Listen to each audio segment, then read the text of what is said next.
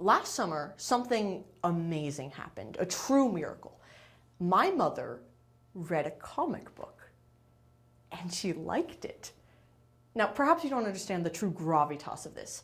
See, I've been reading comics with my older sister for going on 6 years now, and during that time, I have given my mother many a rant about whatever comic I'm hyperfixating on at the time. And it was after one of these rants where she told me, maybe after a little prodding, aren't comics what the dumb kids read? So perhaps now you can understand why after 6 years of consuming this medium, finally getting my mother to do the same was a major accomplishment. But thankfully, this story doesn't end there. Because I figured if I can convince my mom to read a comic, I can convince anyone. And today, that anyone is you. I want to convince you that comics are an amazing, versatile medium that have been used to tell some of the greatest stories published in the last century. But before I can, we need to be on the same page about what comics actually are. I need you to erase from your mind every preconceived notion, every panel, every page, every character in sparkly capes from your mind. Now that we've done that, know that when I say comics, I'm not referring to anything specific, no specific company, run, or character. Instead, what I'm referring to is the medium of comics, similar to the medium of film or the medium of literature. But that begs the question, what is the medium of comics? Will Eisner, one of the greatest comic writers and analysts around, once described comics as sequential art. In his book, Understanding Comics, Scott McCloud took this definition a step further and defined comics as, quote, a juxtaposed pictorial or other images arranged in deliberate sequence, end quote. In other words, comics are pictures arranged in order that tell a story. Nothing more and nothing less. Now you might be thinking, that applies to more than just the superheroes or the weird books you see on shelves. And that's because they do. Comics is an incredibly wide and versatile medium. Cave paintings, under this definition, technically count as comics, seeing as how they're pictures arranged in a type of order that tell a story. Certain medieval tapestries also apply under this definition, as well as all of those IKEA manuals you use to put together your furniture.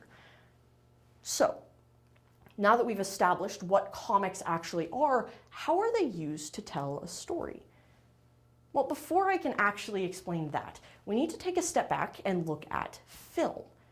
You might be wondering why, but I'll explain that in a moment. See, the art of film, or really the art of any visual storytelling, is called cinematography. It explains how different images can be used to tell a story. A wide shot might be used to set the tone or used to explain the setting, while a close-up might help audiences get closer with a character. Now, I say this because comics do the exact same thing. Take a look at this page from Birds of Prey issue number 1. We start with an opening wide shot of the Pentagon, telling us where it's happening, where the scene takes place. Then we cut to the Major, following over the shoulder of a lieutenant. That's because we're following her shoes and taking the step into the conversation. Then we get a panel paired with this that looks at the lieutenant first, over the Major's shoulder, because she's the one pressuring him and asking all the questions.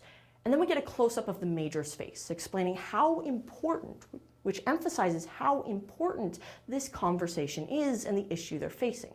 Then we get a shot of the two of them together, because they're united in their plan to tackle this problem.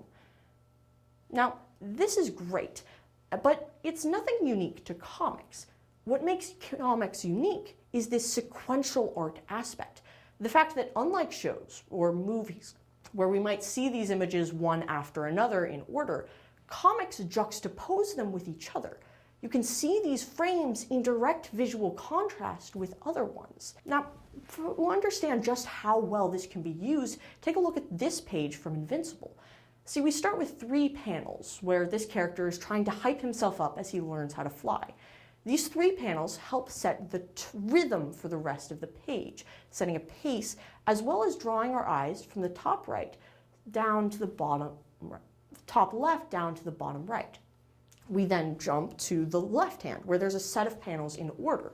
Now, these panels, while they are technically a little longer, they're much shorter. There are far more of them grouped together, which makes these feel a lot quicker than the top panels, as well as drawing our eyes, again, from the top left to the bottom right, which meets at the bottom, the very base of the next panel, where our eyes then jump up to the focus of the character, just like how our character just learned to fly. Now, this is all not revolutionary, but this is all masterful panels. But it's important to note that it isn't anything revolutionary. It's honestly fairly standard foundational paneling that's existed in comics for nearly a century. If we want to look at some more modern paneling, then take a look at this page of Absolute Flash. See, it's a 2-page spread, which is a more modern creation, which helps everything feel more grandiose and impressive. But the 2 pages are actually split in half horizontally, meaning that each one has meaning that it's more than just one action, it's really 2. But that divide is at an angle. That angle helps give the page more action. It helps everything feel more dynamic. And layered on top of these 2 main panels are 2 smaller panels, close-ups of the character's face, which helps us get involved in what he's thinking and feeling. But it's also very large.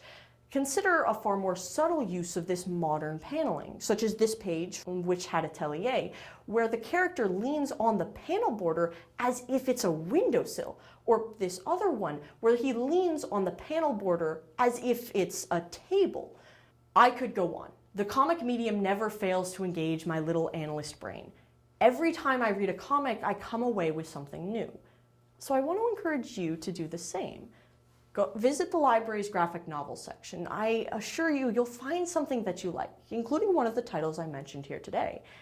And maybe you'll come away thinking the same thing me and my mother did, that comics are cool.